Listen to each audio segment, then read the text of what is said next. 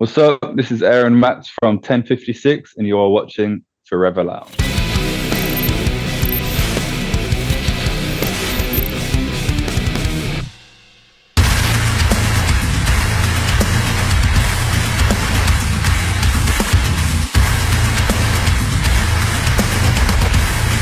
Arno, the drummer, he put an Instagram story out looking for musicians to start a jazz project, and I replied to him like, nah, let's not do jazz, let's just do something really heavy. And he was like, all right.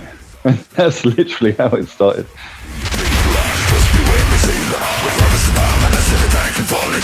I would describe our sound as being like what the end of the world would sound like if it had a soundtrack.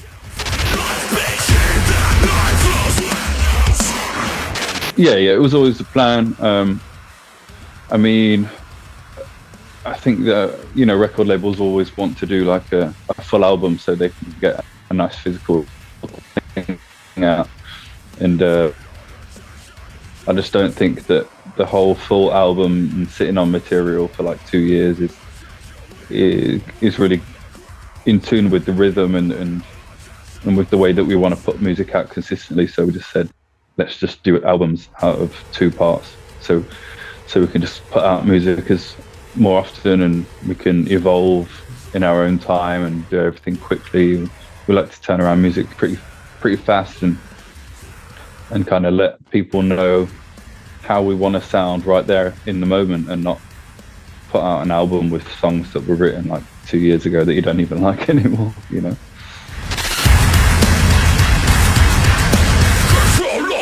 Not sure if it was really planned from the start, but I guess we're lucky in the way that we're still a new band, and it's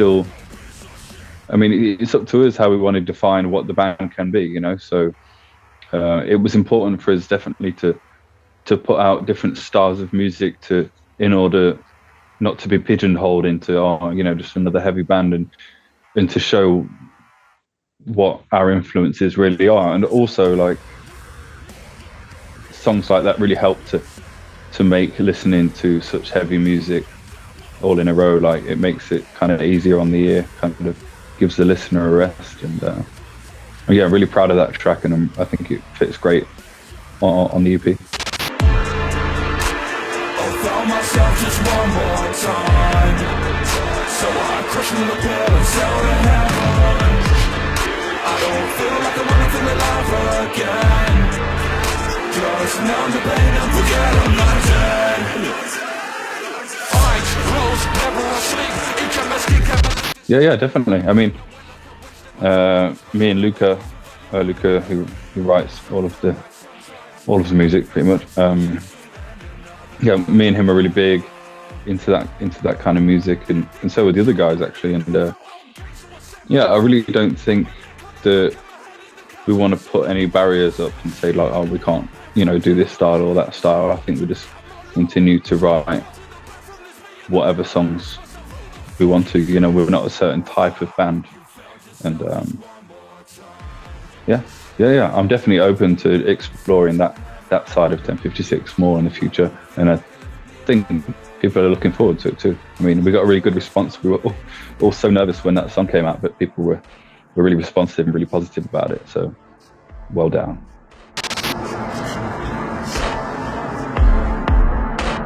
I mean, it's nothing crazy, there's a lot of effects and samples that go behind the guitar that make everything sound so beef, so I don't think it's as crazy as people think. Behind every pick of guitar, that we have, there's some sort of like synth or some kind of effect that gives it a lot more depth. Just the way, just being a band, man. Just to have all of us have like a second, or for some of the other guys, like even a third chance to exist in this space. It's been amazing to have the project received by people and taken seriously, and have it actually become something that was never really the goal. It just, we're really lucky that it worked out. As far as highlights, I mean, our first year was so crazy. We went out on tour with Landmarks, which was awesome. Yeah, I think like that tour came at a great time for us and for them too. I mean, pretty much every show sold out, and we were direct support, and so we had a really good opportunity to show people what we can do live. And from that, yeah, we got so many great festivals, and everything that happens in this band is just a highlight, and we're just waiting for something to go wrong, like where's the bus crash or something like that. Like, it's gonna happen. Something bad is gonna happen.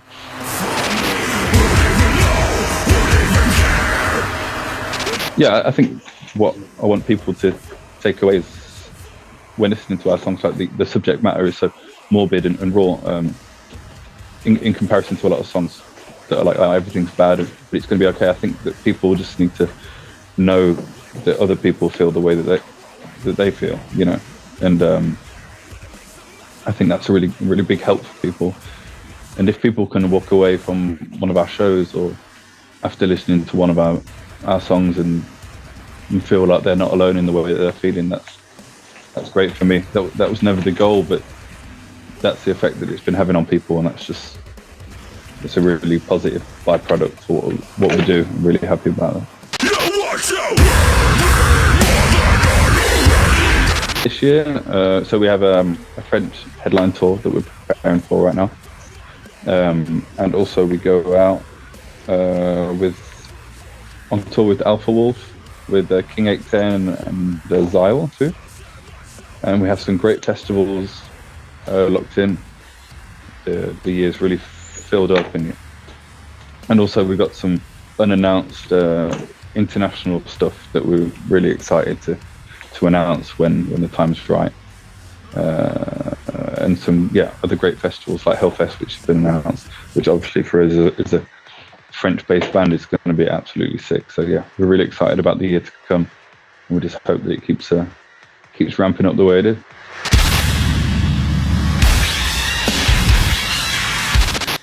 Well, one that comes to head is an Amur song. I love Amur, and one thing that I stand by so firmly is that I don't get why people compare bands in our style to Amur like it's a bad thing, because I love that band so much. Like, I've listened to them since I was like 17, since their first EP came out, and they've literally changed the face of the kind of music that we play. But to get to your question, there's a song called R2 Deep Throat where he says, what does he say? Ashy girl, what my dick tastes like. Bow, ba da da da da da da da. That's a sick riff. Ashy girl, what my dick tastes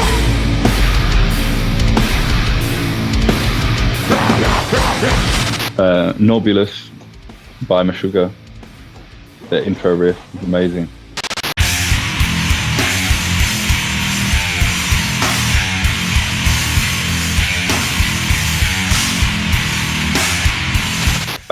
Okay, and third, the opening riff for the song Hypocrisy by Sworn In from the Death Card album. One of my biggest influences. Love that band.